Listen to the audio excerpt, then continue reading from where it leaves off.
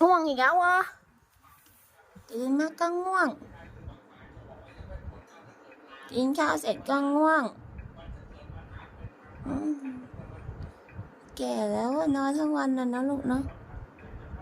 แม่ก็ง่วงไปทำงานแทนแม่ได้ไหมไปทำงานด้วยกันไหม